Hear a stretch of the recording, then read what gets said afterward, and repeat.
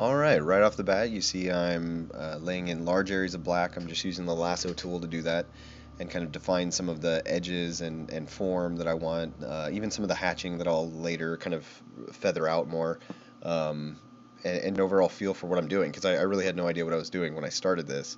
Just kind of started putting down shapes, and I knew I wanted some sort of monster face, because that's easy and quick. And all right, now I'm just in there with a regular inking brush that I would use to kind of define more of what I saw once I got my shapes of black in there. Just some of the ridges and the wrinkles. Now I'm going in with white on top. It's just a black and white image, and getting in some of those white details, little hatching lines, little things that you would see in shadow be real subtle.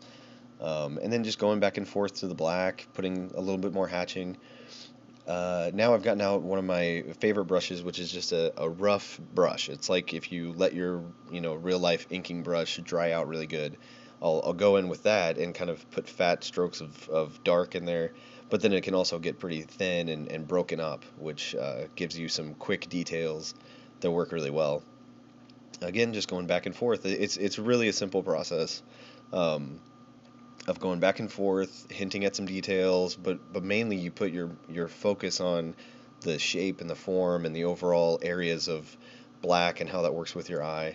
There you see I just decided to add a tusk because I was thinking, hey, that area could use a little bit more detail, but I didn't want anything under the neck or anything like that, so I thought, hey, a tusk would look awesome, so I did that. And again, just the rough brush back and forth between white and black. Now I'm starting to get into the finer details. There I just decided to black out a whole area because it wasn't quite working. And I wanted the white hairs to show up more because that's creepy.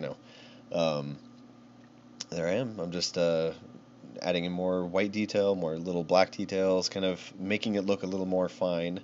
Uh, Now I've got some texture brushes out, like splatter brushes and things like that, that I'm going over to kind of fade out, kind of give a gradient almost into the shadow, but keeping it rough and gritty, and it looks like you did a lot of work to it when really I mean, this took 15 minutes, so it's just sort of techniques to fool the eye into thinking they're seeing a lot more work and a lot more texture and a lot more character to it, because a monster would have all this stuff going on.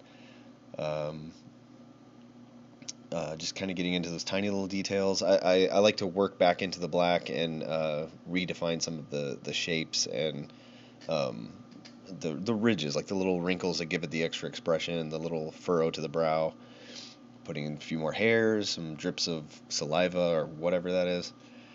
And then just adding in a little bit of the rough. I have another thinner brush that's sort of like what you would do if you scraped a razor blade against an actual inked page, and I go back and forth over that in the white and black areas, just to again give it more dynamics, more detail.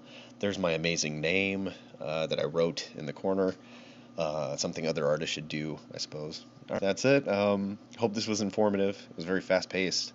And if you want to get the brushes that I have that I used on this, you can go to bit.ly/Ray downloads. I think you have to have a capital R and a capital D. So thank you for watching. Please subscribe. Follow me on Twitter. And tweet it out to everybody you know. Tell your grandparents that Ray Dillon is doing stuff on the internet. They need to know that. All right. Thank you very much. Bye bye.